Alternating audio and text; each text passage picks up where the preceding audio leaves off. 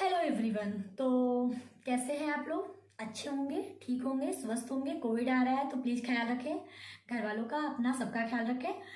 तो चलिए बात करते हैं केवीएस पीआरटी के लिए मैं कौन सी बुक मैंने ली है और कौन सी बुक मुझे लगती है कि आपको भी लेनी चाहिए मेरे अकॉर्डिंग। बाकी आप लोगों की अपनी इच्छा है, आप लोगों की अपनी डिसीजन है, बट मैं कौन सी बुक के साथ पढ़ रही हूँ मैं वो डिस्कस करूँगी। अगर जो उसमें जो अच्छी होगी वो मैं आपके साथ शेयर कर दूँगी।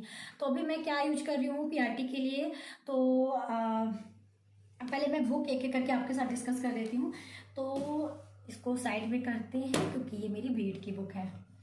तो बात करते हैं कंप्यूटर के लिए। तो कंप्यूटर की ना स्पेशली से बताऊँ तो कोई बुक वैसे मैं बोलूँगी नहीं। अगर आपके पास ना तो कोई लुसेंट की कंप्यूटर की बुक आती है, अगर आप चाहो तो वो ले सकते हो। मैं जो है मैंने ट्रिपल सी के लिए एक कंप्यूटर की बुक बहुत पहले ली थी, तो मुझे लगता है कि वही काम दे देगी, तो इसलिए मैं अलग से कोई बुक नहीं ले रही हूँ। ये है triple C course on computer concepts. तो मैं यही बुक से पढ़ लूँगी क्योंकि 5 नंबर का क्वेश्चन आएगा कंप्यूटर से, बाकी बहुत ज़्यादा नहीं है।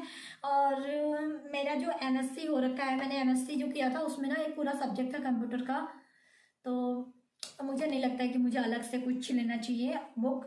तो उस टाइम का जो मेरी एमएससी की जो कंप्यूटर वाली बुक है वो भी मुझे हेल्प कर देगी। तो वो अभी बुक मेरे पास है नहीं, मेरे नोट्स भी होंगे कुछ, तो मैं वहीं से पढ़ लूँगी क्योंकि बेसिक कंप्यूटर आएगा, बहुत हार्ड नहीं आएगा। तो मुझे लगता है कि ये और वो इनफ होगा मेरे लिए। इसको मैं लास्ट टाइम में ही देखूंगी, अभी फिलहाल इसको नहीं देखूंगी। बाकी मैं थोड़ा बहुत यूट्यूब की हेल्प ले लूँगी।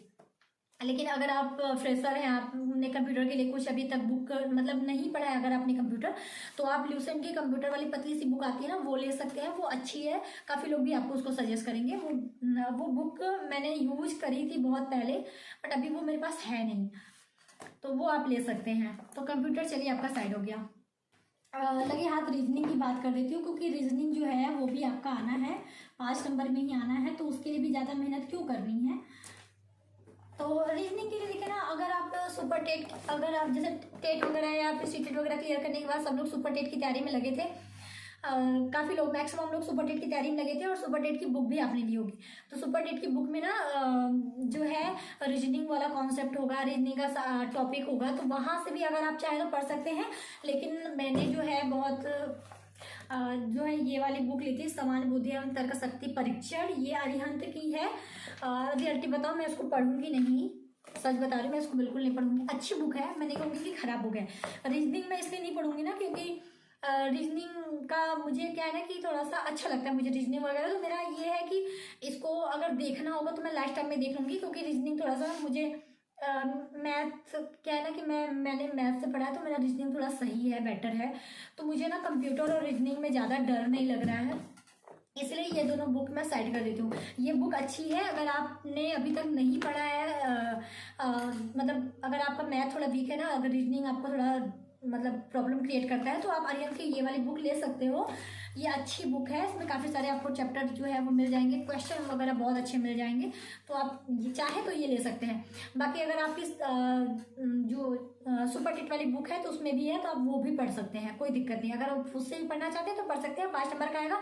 लेकिन हाँ, सिलेबस को ध्यान में रख के सारे टॉपिक नहीं पढ़ने हैं जो आपके सिलेबस में पूछा है, केवल वो जो है पॉइंट पढ़ने हैं। तो अब बात करते हैं इंग्लिश की।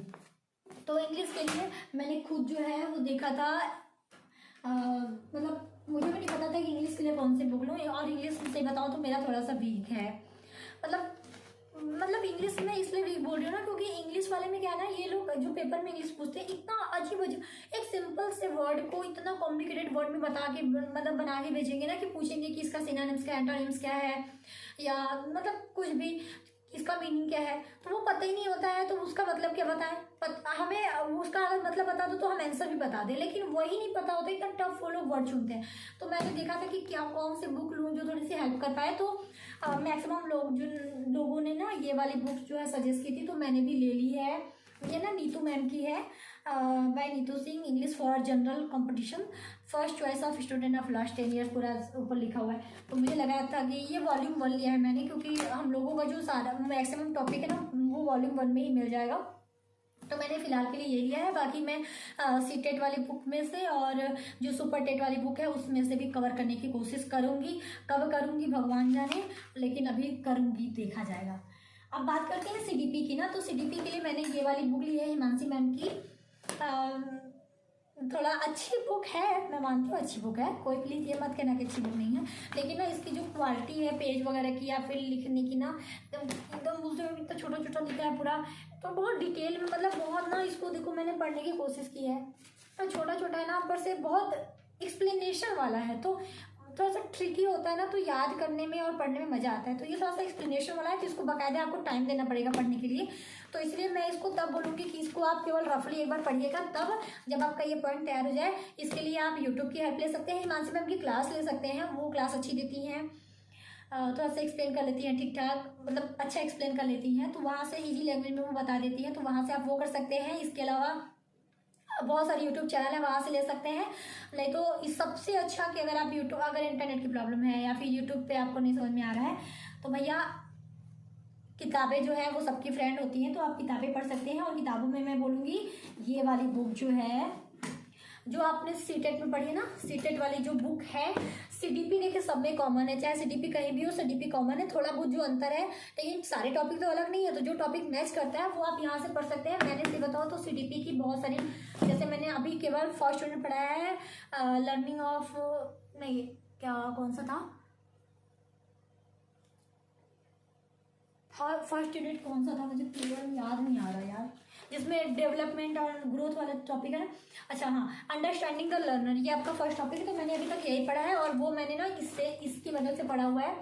ये इसको पढ़ने के बाद, कुछ यूट्यूब से हेल्प लेने के बाद, फिर मैंने लास्ट में रफली इसको पढ़ा है कि इसमें देख लेती हूँ कि इसमें कुछ नया है कि नहीं, जहाँ पे मुझे लगा कि थोड़ा सा इसमें इंपॉर्टेंट है, उसको मैंने अंडरलाइन हाईलाइट कर लिया है। लेकिन इसको आप तभी पढ़िएगा जब आपका वो चीज़ थोड़ा सा बेटर तैयार हो जाए। इसके लिए आप ये ले सकते हैं, इसकी हेल्प ले सकते हैं, यूट्यूब की हेल्प ले सकते हैं, सुपर टेट की बुक है तो सुपर टेट की बुक से भी आप सीडीपी जो है थोड़ा जो टॉपिक मैच कर रहा है वो कवर कर सकते हैं। तो फिलहाल के लिए मैंने सीडीपी के लिए ये वाली दोनों बुक्स मैं पढ़ रही हूँ। बात कर लेती हूँ कि आपके पर्यावरण और गणित के लिए, तो गणित के लिए मैं कोई बुक प्रोवाइड नहीं करूँगी, लेकिन ये मैंने मोस्टली लिया है पर्यावरण के लिए, क्योंकि ये KVS PRT ना 2000 न्यू पैटर्न पे शायद बेस्ड है। ये न्यू पैटर्न जो है ना, वहाँ पे लिखा है कि NCERT के पाठ्य पुस्तकों एवं KVS 2022 के नवीनतम पाठ्यक्रम पर आधारित है। ये यानी जो न्यू सिलेबस आया ना मैथ का और EVS का, ये उस पर बेस्ड था। तो मुझे लगा EVS के लिए मुझे लेना था, इसमें गणित कॉम्बो में था, तो मुझे लगा कि इसको ले लेते हैं। गणित के लिए मैं कोई बुक नहीं ले रही हूँ, थोड़ा सा मैं अपना जो है बेसिक गणित जो सीटेट वगैरह की बुक थी वहाँ से देख लूँगी, जो टॉपिक हमको पढ़ना है वो, बाकी सुपर टेट की बुक में से देख लूँगी। बहुत ज़्यादा डिटेल में नहीं देखना है मुझे, मैथ को बहुत ज़्यादा टाइम नहीं देना है, मैथ थोड़ा सा बेटर है मेरा, तो मुझे मैथ के लिए ज़्यादा परेशान नहीं होना है। 20 नंबर का है, लेकिन प्रैक्टिस ज़रूरी है क्योंकि बहुत छूट गया है। लास्ट मैथ मैंने 2013 में किया था शायद, 2013 के बाद से मैंने मैथ्स के लिए कोई पढ़ाई नहीं की है। उसके बाद फिर MSc था, केमिस्ट्री से था, फिर B.Ed करा, तो 2013 लास्ट था, तो उसके बाद से फिर मैथ को टच नहीं किया मैंने। लेकिन ये है कि एक बार देखूंगी तो वो मेरा सही हो जाएगा। तो ये मेरा हो गया EVS के लिए। हाँ, EVS के लिए मैं इस बुक की बात करूँ तो इसमें क्या है ना कि EVS आपका जो है थोड़ा सा न्यू पैटर्न जो आपका है, यहाँ पे देखिए जो आपके EVS के ना परिवार और मित्र, भोजन, आश्रय, जल, यात्रा और चीज़ें जो हम बनाते हैं और करते हैं, तो ये 6 ही टॉपिक है। इसमें तो है 6 टॉपिक, लेकिन है काफ़ी डिटेल में, तो इसमें ना न्यू पैटर्न पे बेस्ड है, तो आप EVS के लिए ये बुक ले सकते हो।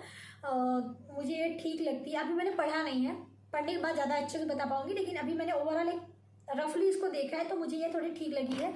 तो आप चाहो तो इसको ले सकते हो, इसकी कॉस्ट भी ज़्यादा नहीं है, 199 सौ हो रही है, तो मिल जाएगी काफ़ी कम में। बाहर से मैंने ऑनलाइन ही लिया है, आप चाहे तो बाहर से ले सकते हैं। और इसके अलावा आप सीटेट की अगर बुक देखोगे ना, सीटेट की बुक में भी आपको वही सारे टॉपिक हैं, सुपर टेट में भी मिल जाएंगे जो आपके KVS में है। बस थोड़ा सा डिटेल वाली बात है कि कहाँ से ज़्यादा डिटेल में मिल जाएगी, तो आप चाहो तो वहाँ से भी ले मतलब पढ़ सकते हो, मिल जाएगी। और ये मैंने GK के लिए, मतलब जनरल नॉलेज के लिए ये लूसेंट वाली बुक ली है, पढ़ा तो कुछ नहीं है। और मेरा सबसे ज़्यादा हालत ख़राब ना GK GS में होता है, मेरा बिल्कुल मन नहीं करता है इसको पढ़ने का यार। इसको मैं ज़्यादा टाइम भी नहीं दूँगी, 10 नंबर का आना है, देख लेंगे, मतलब पढ़ेंगे तो है ही, लेकिन मेरा मन नहीं करता यार। कैसे लोग GK GS पढ़ लेते हैं, कोई टिप्स दे सकता है तो प्लीज़ दे देना। और ये ना पहले मैंने जनरल नॉलेज की बुक ली, मतलब जनरल जो नॉलेज के लिए ल्यूसेंट की ली थी, और जनरल ये साइंस के लिए भी एक बुक ली थी। तो इसमें ना बेसिक थोड़ा सा जो है मतलब है डिटेल में ही, लेकिन इसको मैंने ले लिया है। इसको साइंस को अलग से पढ़ना तो नहीं है, लेकिन ईवीएस में ना कुछ टॉपिक आपको मिलेंगे साइंस के, तो उसके लिए थोड़ा बहुत मैच कराने के लिए मैंने इसको ले लिया है। क्योंकि लिया नहीं है स्पेशली, ये मेरे पास पहले से थी, इसलिए मैंने सोचा कि इसको भी केवीएस के जो भी बुक्स वगैरह है उसके साथ इसको भी रखती हूँ, कि क्या पता कहीं जरूरत पड़ जाए। जब ईवीएस पढ़ूंगी तो देखूंगी कि ये कितना हेल्पफुल निकलता है। तो फिलहाल के लिए इतनी सारी बुक्स मैं पढ़ रही हूँ।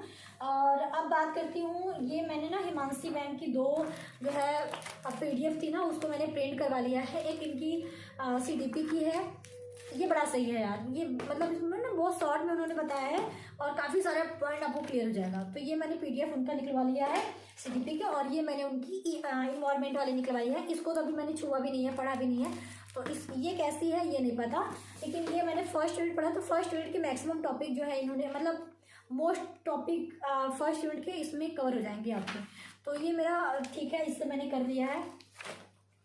तो इस तरह से मेरा ये इतना सारा जो है हो गया कि इतने सारी चीज़ों से मुझे अपना पूरा केवीएस पढ़ना है। पढ़ूंगी कितना पता है यार, ये बार बार गिर जा रही है। भैया तुम रहो ना चुपचाप। अब बात करती हूँ मैं मॉडल पेपर की। तो यहाँ पे सबसे पहले देखिए, कोई भी पेपर अगर आप देना है, आपको एग्जाम देना है, तो आपको पैटर्न पता होना चाहिए। सबसे पहली बात सिलेबस पता होना चाहिए, और उसके बाद आपको उसके प्रीवियस ईयर पेपर भी जानने होते हैं कि प्रीवियस ईयर क्या हो रहा है यार, ये सॉरी।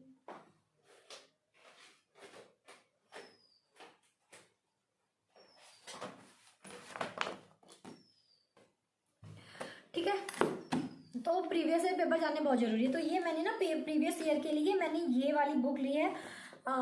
ये एक जो पेन से खींचा हुआ है ना, वो मेरी लड्डू ने किया, उसी का कारनामा है ये, हार मार देती है मेरा पूरा। तो हाँ, तो ये मैंने लिया है, ये केवीएस जो है PRT की प्राथमिक शिक्षा प्राथमिक संगीत वाली है। मतलब इसमें संगीत वाला भी है और प्राइमरी PRT वाला भी है। तो संगीत वाले से मेरा कोई लेना देना नहीं है, लेकिन ये इसी के साथ आता था तो मुझे लगा कि लेते हैं, क्योंकि 2018 में PRT की पेपर हुआ था, 17 में हुआ था, 2015 में हुआ था, 2013 में, 2010 में। 5 साल के पेपर है। संगीत का केवल एक ही 2016 में हुआ है, तो 5 साल का इसमें था, तो मुझे लगा वो ले लेते हैं।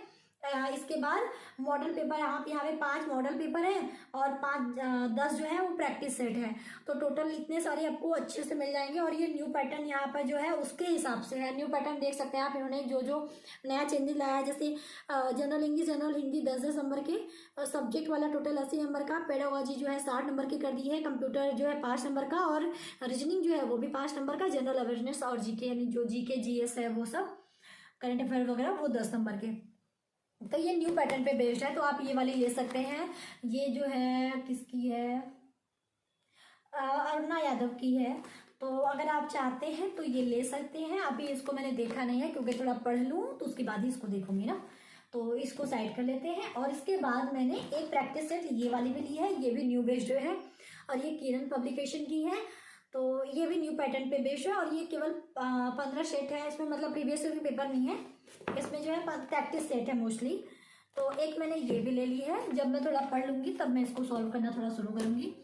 अभी तो एक ही यूनिट कंप्लीट किया है, पूरा पता नहीं कैसे होगा, समझ में नहीं आ रहा मुझे। बाकी ये ना मैंने पहले मतलब बीएड के टाइम लिया था, अधिगम के लिए आकलन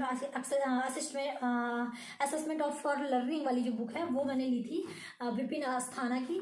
तो ये वाली बुक मैं इसलिए लेके बैठी हूँ ना कि मैं देख रही थी उसमें प्रीवियस पेपर में, तो उसमें कुछ व्यक्तित्व वाली और बुद्धि मापन की जो विधियाँ वगैरह है ना वो पूछा है उसमें। तो मुझे ना कहीं पर वो क्लियर समझ में नहीं आ रहा था, तो मुझे लगा कि बुक से ही देखते हैं, और बुक में थोड़ा सा डिटेल में होता है सारी चीज़ें, तो इसलिए मैंने इसको रख लिया थोड़ा कि यहाँ पे जैसे देख सकते हैं ना पूरा व्यक्तित्व मापन की प्रक्षेपण विधि वगैरह सब कुछ है, तो उसके लिए मैंने इसको रख लिया है कि अगर थोड़ा बहुत जहाँ पे वो वाला पॉइंट आएगा ना, थोड़ा बहुत इसकी भी हेल्प ले लेंगे, क्योंकि बुक तो हमेशा आपका साथ देती हैं। तो ये पूरा मैंने कंप्लीट, अगर आपने देखा तो ये मेरा पूरा कंप्लीट जो सेट है बुक्स का वो मैं आपको यहाँ पे दिखा चुकी हूँ।